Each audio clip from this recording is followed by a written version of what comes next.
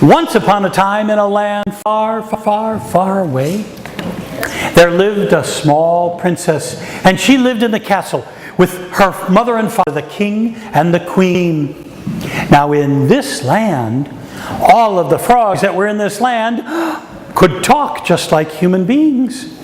Not only could they talk, but they owned stores and they owned shops, and they held high positions in this land. Now the princess was beautiful, and she grew up in the castle, and she had everything a princess could ever want. She had the most toys that anybody could want. She had the most beautiful dresses. She had the most wonderful food was made for her every day. But there was one thing she didn't have. She had no friends to play with. Now every time she asked her mother, the king and father, the queen and the king, they became very frightened. Oh no, we can't have anyone come into the castle. No, you're too young, you're too fragile, you'll get sick, we'll lose you. And she loved her mother and father. And so she resigned herself to a life of sadness and loneliness in the castle. But when she reached the age of 18, when she became an adult, she went to the king and the queen and she said, Mother, Father, now it is time that I go out and make my way in the world. The king and the queen were very sad, and they were a little afraid, because now they would have to tell her the secret that they have been keeping for many, many years. They told her that when she was a baby, there was an evil, wicked witch who put a curse on her and said that in order to find her one true love, she would have to kiss a frog. Oh, no, everybody go, ooh, ooh. But the princess didn't think that was maybe such a bad idea if she could find a true love, a true soulmate. So she said to her mother and father, well, that might not be the worst thing in the world. And if I find my true love, I could be happy forever and ever. And so they put out a proclamation to all the land. Frogs would come to kiss the prince and kiss the princess and become the prince. Well, the frogs from all over came hopping and hoping to kiss the princess and be the prince. Well, one at a time she sat them down in front of her in the big hall, and she interviewed them, she talked to them. Why do you want to be the prince? Well, every frog said, oh, princess, you are so beautiful. I love you. I will take care of you forever. Now the princess wasn't quite sure, and she thought, maybe that frog is not telling me the truth. And indeed, she was right. That frog was not telling the truth. But she wanted so much to believe, and so she leaned over and she kissed the frog. Nothing happened. The frog just sat there. So she said, off with you. Now the next frog came in and she asked the same thing, and the next frog said, oh, my princess, I love you. You are so beautiful. I will take care of you forever. And again she thought, I wonder if he's lying. And of course he was, but she wanted to believe so much. And so she kissed him. Nothing happened. And she kissed the next frog. And the next one, and the next one, and the next one. She kissed green frogs, and orange frogs, and blue frogs, and spotted frogs. None of them turned into a prince. Oh, she kissed 10 frogs, and she kissed 100 frogs. She kissed 1,000 frogs.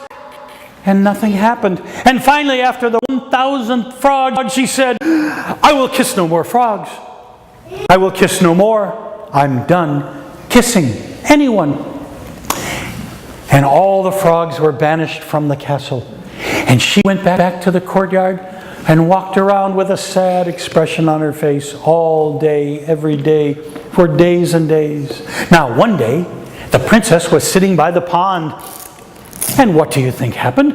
Out jumped a frog. But this frog was different. This frog had a crown on its head.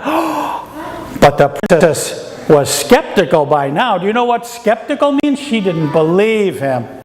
And she looked down at that frog and she said, oh, okay, you've got a crown, so you're trying to make me believe you're a prince, and I'll kiss you, and then we'll live happily ever after. Well, I told you I'm not kissing anybody. I'm kissing no more frogs. I'm not kissing anyone. Well, the frog was kind of shocked, and he said, well, my princess, I would never try and trick you into kissing me. I just saw that you were very sad sitting by the pond here, and I thought perhaps maybe I could tell you a story. I'm a storyteller, you know, and I tell very good stories, and perhaps it would cheer you up. Well, she said, she wasn't quite sure, but she'd been sad for so long that she agreed. And so she had the storyteller frog tell her a story. Oh, he told her a magical story about wizards and witches and great princes and shining silver armor, and oh, it was wonderful.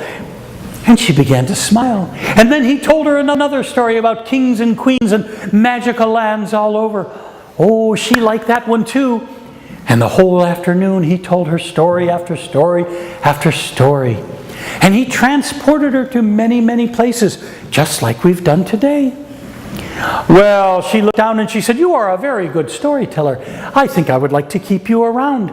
And she invited the frog to stay in the castle and be with her every day and tell her stories every day, which he did. When she was sad, he would cheer her up with a story. When she felt she wasn't too strong, he would tell her a story about strong women, and he said, you, my princess, are just as strong as the woman in that story. You can be whoever you want to be. And he would make her feel good. And the days went by, and the weeks went by, and the months went by, and finally the princess had a smile on her face the whole time. And one quiet evening, they sat by the fire. And as the fire was dwindling down to just the embers, the frog had finished another wonderful story. And he was so tired that he fell asleep. And the princess looked down at him, at her little storyteller frog, and she said, even though he couldn't hear her, oh, my little storyteller frog, you are my best friend in the world. You cheer me up when I am sad. You make me feel strong when I am weak. You are the best friend that I ever had, and I truly do love you. And she bent over and very quietly kissed the frog. And in an instant, he grew to be a very handsome prince, just like the witch had foretold. And they fell in love, and they got married, and they lived happily ever after. Now, some of you are wondering, might that happen to you? Might you be so lucky? But here's the meaning behind the story. If you ever find yourself in a place where you maybe have to kiss a frog, make sure of two things. Make sure you really, really, really love that frog. And make sure he's a very good storyteller. Thank you.